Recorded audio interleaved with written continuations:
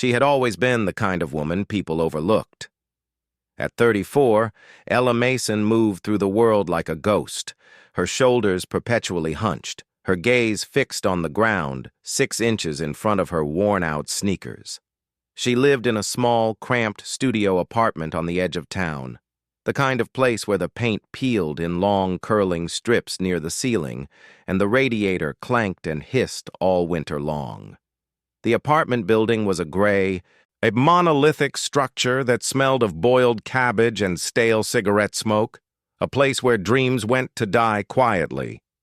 Her job was just as unremarkable. She worked the night shift at a rundown gas station on the highway, a fluorescent-lit purgatory of stale hot dogs and lottery tickets. For 8 hours a night, she sat behind a thick pane of scratched plexiglass, watching the trucks rumble past and the occasional insomniac stumble in for a pack of gum. The regulars, a motley crew of truckers and local night owls, just called her the quiet one. She barely spoke, her voice a dry whisper that seemed to cost her a great deal of effort. Her face was pale and gaunt, framed by lank, mousy brown hair she always pulled back into a tight, severe ponytail. Her eyes, a pale, washed-out blue, held a deep, haunted look, like someone who had seen too much and was desperately trying to unsee it all. Her family had long since written her off. Her mother, a brittle woman obsessed with appearances, would sigh heavily at family gatherings when Ella's name came up. "Oh, Ella," she'd say with a dismissive wave of her hand. "She's always been the strange one. So sensitive. She just couldn't cope with the real world." Her younger brother Mark, a successful car salesman with a booming voice and an even larger ego, saw her as an embarrassment. He'd make clumsy, well-intentioned, but ultimately cruel jokes at her expense. "Hey, Ella," he'd bellow at Thanksgiving dinners, "you want me to put in a good word for you at the dealership? We need someone to clean the toilets." The rest of the family would offer tight, uncomfortable smiles, grateful the attention wasn't on them. They never saw the flash of something deep in her eyes, something hard, disciplined, and infinitely patient, that would appear and vanish in a nanosecond before she looked away. They saw only the shell. A fragile woman in her mid-30s who worked a dead-end job and lived alone.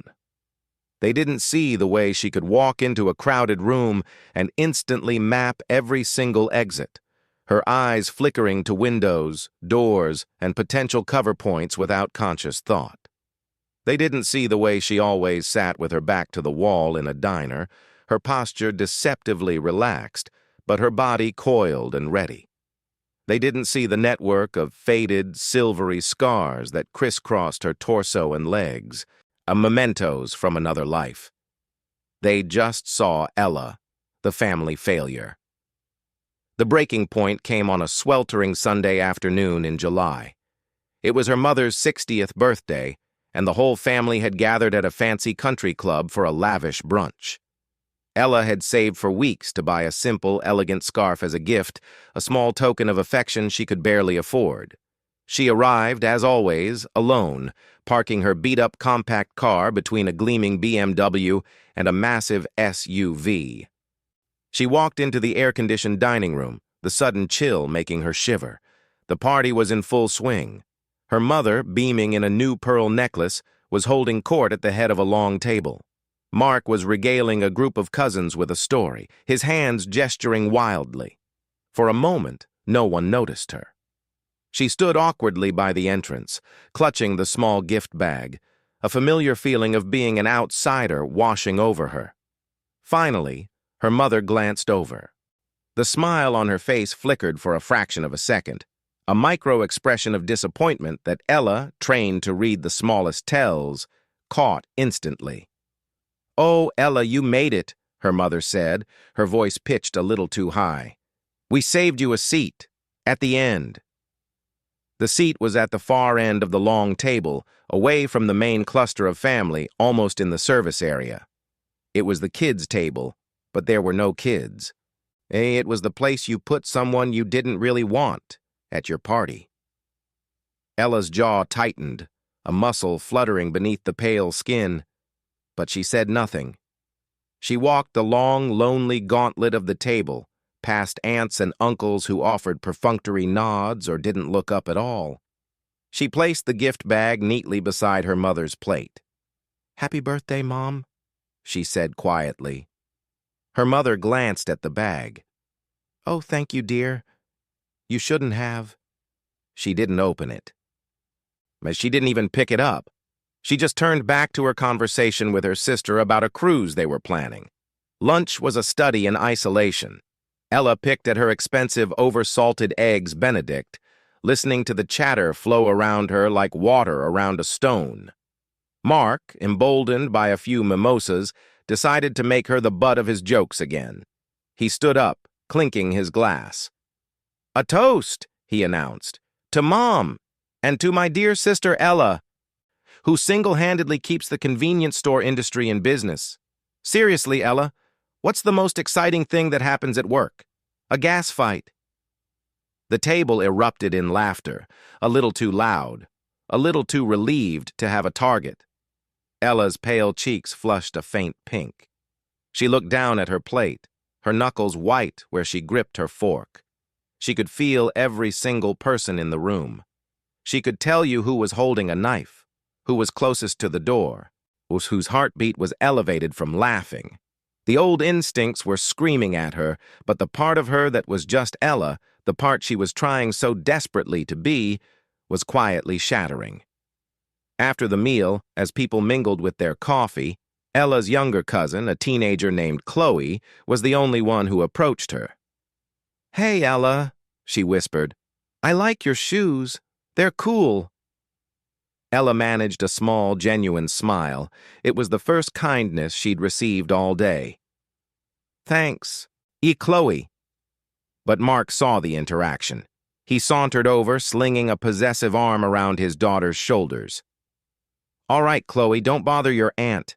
She's not used to so much stimulation." He gave Ella a condescending pat on the arm. "You doing okay, Elle? Need me to drive you home? Your car looks like it's on its last legs." Ella's eyes flickered up to meet his for the first time that day. For a second, Mark saw something there that made his own easy smile falter. It wasn't anger. It was a cold, flat, impossibly ancient weariness, the look of a predator that had grown tired of being hunted. It was gone as quickly as it appeared, replaced by the familiar, dull submission. "No," she whispered, pulling her arm away. "I'm fine." But she wasn't. As she drove home, the tears she had held back for hours finally spilled over. She wasn't crying because of the jokes, or the seat at the end of the table, or the unopened gift. She was crying because of the absolute, but crushing loneliness. She was surrounded by people who shared her blood, and not a single one of them saw her. They didn't see the woman who had once run 20 miles with a 100-pound pack. They didn't see the woman who had pulled 2 wounded comrades out of a kill zone under heavy enemy fire, bullets kicking up dust all around her. They didn't see the woman who had been awarded the Silver Star for valor. They only saw the ghost she was trying so hard to become. The real trigger. Yet the one that finally broke the camel's back happened a week later. Ella's landlord, a weaselly man named Mr. Henderson, had been trying to get her to move out for months. He wanted to renovate the building and jack up the rents. He found his chance when Ella was 3 days late on her rent. It was the first time in 3 years she had ever been late. Her meager paycheck had been delayed due to a bank error. He didn't knock. Then he used his master key and walked right into her apartment while she was sleeping, exhausted after a double shift. He stood over her, a smirk on his face. "All right, Sleeping Beauty. Rent's late. You're out. I got a guy who'll pay triple what you're paying cash. You've got 48 hours. Startled awake, Ella's instincts took over for a split second.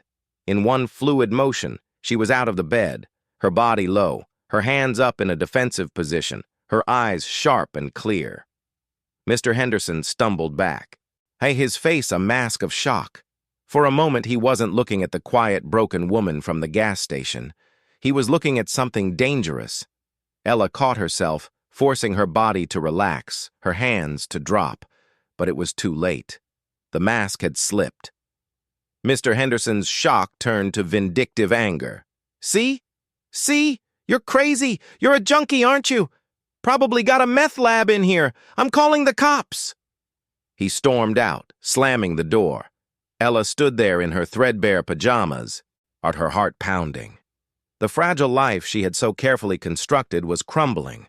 She was about to be evicted, and now her landlord thought she was a drug addict. She had nowhere to go. The one person she might have called, an old friend from another life, had died 3 years ago in a training accident. She was utterly and completely alone. Desperate, with no other options, she made a decision that went against every fiber of her being. She called her brother. See, Mark answered on the third ring, his voice brusque and impatient. Ella? What's up? Kinda in the middle of something? Her voice was small, cracking with exhaustion. Mark, I need help. My landlord is evicting me. He broke in. I have 48 hours. I don't have anywhere to go. Could I stay on your couch for a few days? Just until I find something? There was a long pause on the other end of the line. She could hear the clink of ice in a glass, the murmur of voices in the background. He was probably at a bar with his buddies. When he spoke, his voice was different, harder. You want to stay with me? In my house?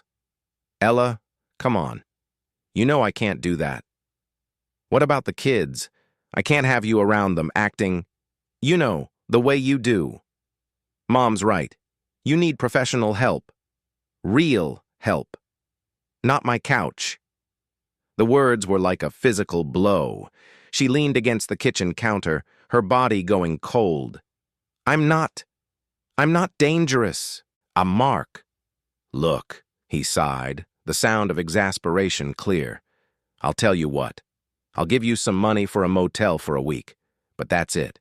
And you have to promise to get some help, okay? For the family's sake. I'll swing by the gas station tomorrow and drop off a couple $100. But that's all I can do, Ella. I have my own life to think about. He didn't even wait for her to respond. Gotta go. Talk to you tomorrow. The line went dead. Ella stared at the phone in her hand. But he would give her money, like she was a beggar on the street, for the family's sake. The phrase echoed in her head. They were all so ashamed of her, so embarrassed by her very existence, that they couldn't even offer her a sliver of compassion. They saw her as a problem to be managed, a charity case to be thrown a few bucks to make the guilt go away. Not as a person, not as their daughter, their sister. The numbness that had protected her for so long finally dissolved, replaced by a clean, cold, and devastatingly clear anger. She wasn't sad anymore. She was just done. The next night, she went to her shift at the gas station for the last time. She emptied the register, not stealing, but meticulously counting out the money she was owed for the last 2 weeks, leaving a detailed IOU for her boss. She cleaned out her locker, throwing the few personal items into a small backpack. Then she went home to her apartment. With a calm she hadn't felt in years, she began to pack. But she wasn't packing for a motel. She walked to the back of her tiny closet and pulled out a dusty, heavy-duty duffel bag that had been shoved into the far corner, hidden behind a pile of old blankets. She unzipped it. Inside, folded with military precision, was a set of desert camouflage fatigues, a pair of scuffed combat boots, a sheathed Ka-Bar knife, and a small velvet-lined box. She opened the box. Inside, nestled on the satin, lay her silver star, and beside it, a faded photograph of 8 grinning, filthy men in front of a Humvee. Her team, her family. She ran a finger over the photograph, a single tear tracing a path down her cheek. Then she wiped it away, her jaw setting with a resolve that was terrifying in its intensity. She stripped off her gas station uniform, the cheap fabric pooling at her feet. She dressed in the silence of her empty apartment. pulling on the heavy tactical pants, the moisture-wicking shirt, the combat boots, lacing them up tight. The clothes hung a little looser on her now, but as she put them on, her posture began to change. The hunch in her shoulders melted away. Her spine straightened. Her head came up. When she zipped up the fatigues, the woman standing in the small, cracked mirror was no longer Ella, the family ghost. She was PO1 Elena Mason, United States Navy SEAL. She repacked the duffel with a few other essentials, slung it over her shoulder, and took one last look around the apartment. In the peeling paint, the clanking radiator, the life of quiet desperation. She left the key on the kitchen counter and walked out the door without a backward glance. 2 days later, Mark pulled up to the gas station, a few crumpled $100 bills in his pocket. He felt a mix of irritation and a grudging sense of duty. He'd do this, and then his conscience would be clear. He walked into the brightly lit store, but the quiet woman with the haunted eyes wasn't behind the plexiglass. A bored-looking teenager with acne was scrolling on his phone. "Hey," Mark said. "I'm looking for Ella Mason. She working tonight?" The kid looked up. "Nah, man. She quit, like, yesterday. Just didn't show up for her shift. Boss is pissed." A cold knot of unease tightened in Mark's stomach. He drove to her apartment building. The door to her unit was slightly ajar. He pushed it open. The place was empty, not just of furniture, but of any sign that she had ever lived there.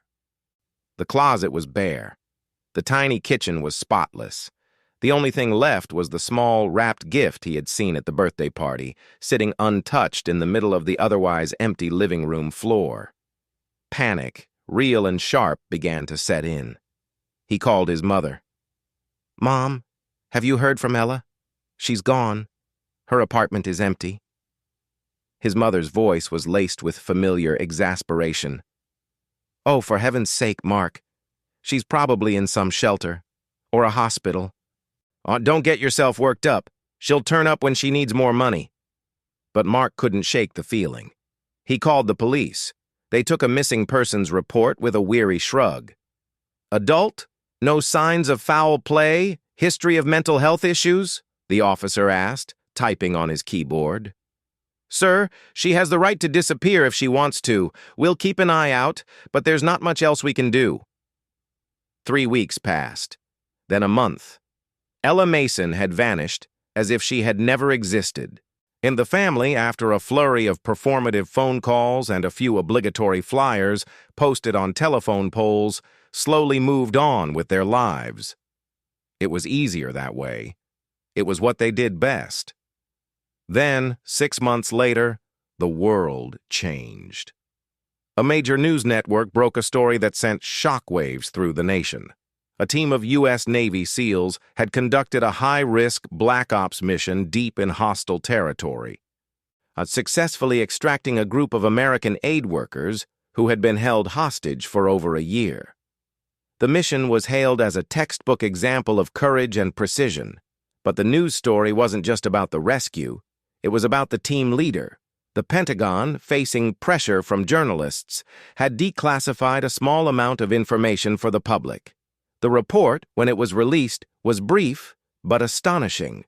The team was led by a highly decorated, battle-hardened operator, a veteran of countless covert operations, a recipient of the Silver Star, the Bronze Star with Valor, and a slew of other commendations, a legend in the special operations community, and her name was Master Chief Petty Officer Elena Mason. The news anchor's voice was filled with a mixture of awe and disbelief as she read the report. For decades, the Navy has quietly confirmed the existence of women who have passed the grueling SEAL training program and served in some of the most dangerous roles in the military. Today, we may have a face to put to that incredible story. The hero of this daring rescue is one of them, a woman who has served her country in the shadows for over 15 years. A grainy, official military photo flashed on the screen. It showed a woman with a sharp, confident gaze, her face camouflaged, her posture ramrod straight. But the features were unmistakable, the shape of her eyes, the set of her jaw. In his comfortable suburban living room, Mark Mason was channel surfing, a beer in his hand. He stopped dead when he saw the photo. The beer bottle slipped from his fingers and shattered on the hardwood floor, but he didn't notice. He just stared, his mouth agape, his face draining of all color. He heard the name again. Master Chief Petty Officer Elena Mason. The woman on the screen was the spitting image of his sister. "No," he whispered to the empty room. "It can't be." At that same moment, his mother was on the phone with a friend, gossiping about a neighbor. The television was on in the background, just white noise. Then the news report came on. Her friend gasped, "Dorothy! Dorothy! Turn up your TV! Now!" Dorothy Mason turned, her bored expression morphing into one of utter and paralyzing shock as she saw the face of her strange, broken daughter staring back at her from the screen. A hero of the United States military. The revelation hit the family like a bomb. The phone lines exploded. Mark called his mother, his voice shaking. "Did you see it? Did you see the news?" His mother was sobbing, but it wasn't tears of joy. It was the ugly, wrenching cry of shame. She was a SEAL? All this time? All those things we said? Oh my God, Mark. And what have we done? The news report went on to show recent footage taken by a military journalist at a base overseas. It showed Master Chief Mason after the rescue, debriefing her team. She was clean-shaven now, her hair pulled back tight, her face lean and sharp. She moved with an economy of motion, a coiled spring power that was palpable even through the screen. She stood in front of her men, her voice calm and steady, issuing orders with quiet authority. These men, these elite warriors, all looked at her with absolute, unwavering respect, even adoration. This was their leader, their protector, their inspiration. Then the journalist asked her a final question. "Master Chief, any message for your family back home? Anyone you want to thank?" For a moment, Elena's mask slipped. A flicker of something ancient and painful crossed her features.